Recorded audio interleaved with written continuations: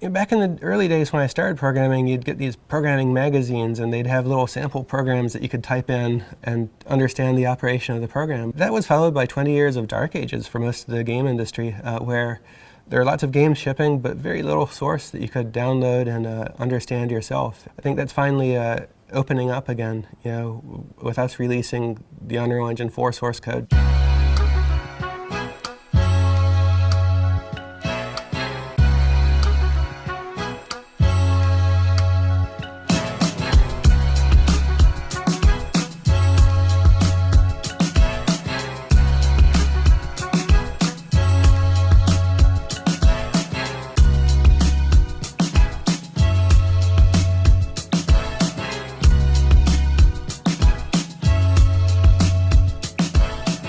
So I was 2 years into college. I'd been programming for about 10 years, writing all sorts of things. I wrote a game for the original IBM PC, and that led to the creation of Epic Games. So, we're at Epic's wall of games. At one point, Epic was called Epic Mega Games. This was like back in the 90s. Epic Mega Games was not only a game developer, but almost more a publisher. People would mail in their CDs to Tim, and he'd work out how to get these games shipped out. One of the most notable ones here is ZZT. This was Tim Sweeney's. Tim actually drew this map out and then wrote this game himself. Kind of the first thing that I know that Tim built. So this side, we're getting into more the late 90s era. The Jazz Jackrabbit 2, the sequel to the Cliffs game. And then Epic kind of became a real developer at this point, and we built Unreal. And Unreal was kind of the start of Unreal Engine, and also kind of the first game that I really started knowing Epic by is playing Unreal. And I think, if anyone remembers the picture on the box here where you boot up Unreal and it does the cool camera flyby of the castle and through under the bridge, that was one of the first things that was like this awesome graphics demo built into a fun game. Well, from the very beginning, the Unreal Engine was designed to support many different kinds of games, not just the one game that we were building at the time, and that kind of distinguished it from other early game engine efforts. Imagine if this chunk here was maybe something of this distance. Epic has always been a small company relative to the competition, and one of the keys to our success has been being able to accomplish a lot with a small team of artists. And so making them as productive as possible through tools, being able to see every aspect of your game in real time, exactly as it appears when you're playing, has really been a critical element. Like when you let go of the controls, feels a lot more like a helicopter. Unreal Engine is the world-class game development platform. It's the software that when I go home, I'd want to use to realize my vision. If I have an idea for a game, I want to use Unreal Engine for that. And we want it to be the best in the world. Ever since I started at Epic back in 2007, I had been interested in what would it be like if the engine was attainable by anyone. That was something that was very important to me. Ever since the Unreal Engine 3 days, we've wanted to open up the engine to the public, release the full source so that anybody can do anything with it. We finally succeeded in releasing the full source to the public in 2014. Making the source code available so that anybody out there can contribute back to it is it was really scary at first. It was kind of a crazy thought, like, oh my God, this is going to be, we'll lose control of the engine, right? But the cool thing about it is it really unlocks a whole new functionality for people using the engine. There's no code hidden behind this barrier that you can't really tell what's going on. At any point, if something seems wonky, you just want to see how it works, it's right there. And it's a huge learning tool, especially for people starting out. You're impressed by that awesome rendering technique or how that shader is put together, well, there you go, it's right there, you can see it. We've had awesome code contributions back to the engine too, which I think is cool. We just had a great success story with a community member, and he created a Git plugin for the engine. We assimilated that into the engine with his permission, and as of the next release, that'll be a full-fledged feature of the engine with direct support for Git. Without the source code being out there, it would have been impossible.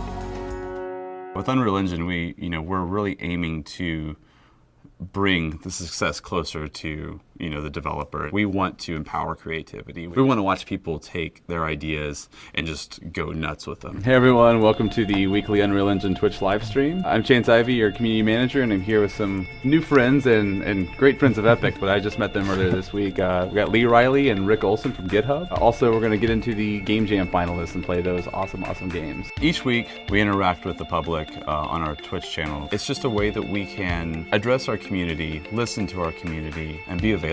So we kicked off the Game Jam a couple weeks ago, and we had really great turnout. There were 40 submissions. The theme was back to square one. We got some really amazing stuff, so let's watch the quick highlight reel. So each month, we have an Unreal Engine Game Jam. We say, all right, from this moment on, there's 72 hours and some change. We essentially ask people to get together with a small team and build a game in Unreal Engine over that week and submit it by midnight on Sunday. really awesome to see what people can come up with this just in 3 days essentially. A couple weeks after the submissions are over, we announced 3 winners. This one is Suspicious Detective by Niemiec and Slazewski. And this one's like a full murder mystery. I'm the detective, and so now I'm gonna come in and start questioning people. What do you know about this knife? I saw Granny with one the other day. Granny had a knife. So let's go talk to Granny.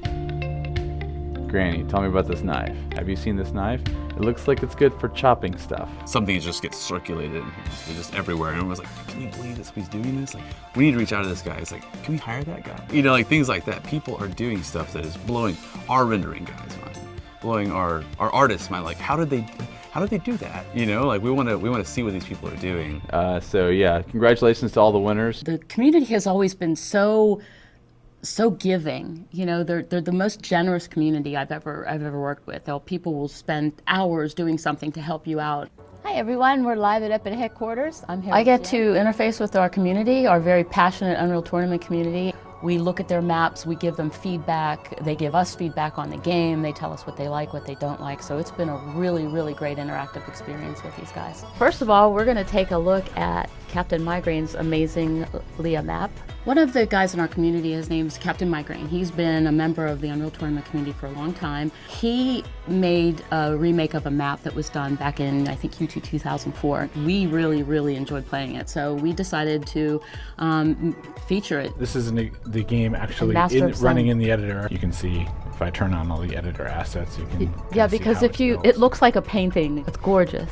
Everybody had something to say about the map because it's one of the favorites. He had some discussions with the competitive players on how they could improve gameplay, and so they made some of their own pickup assets and changed armor and really kind of changed the way armor worked in the whole game, and used this map as a testbed to test that, which was great. This early access model and open source allows players not only to provide feedback, but to get in there themselves and show it or build it and contribute it back. People on both sides appreciate it. It allows us to build not only better games, but games better crafted to the audience, the people that love them. It's becoming almost normal for developers to have a connection with the community right before their game's even close to finish now. And hopefully the model that we set with Unreal Engine and the relationship we have with our community is just help setting a precedent there.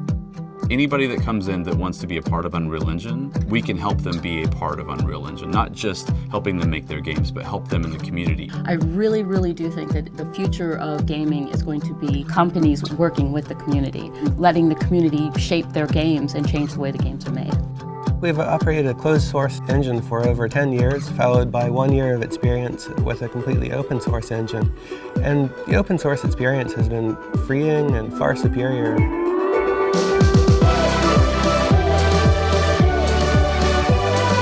And it's greatly magnified the rate of progress on the engine, both our progress adding features to it ourselves with the assistance of the community and the community's progress in building games. It really has revolutionized the way that we go about developing the software. It's no longer just Epic creating our masterpiece. It's now the work of the broad community of which we're only a part.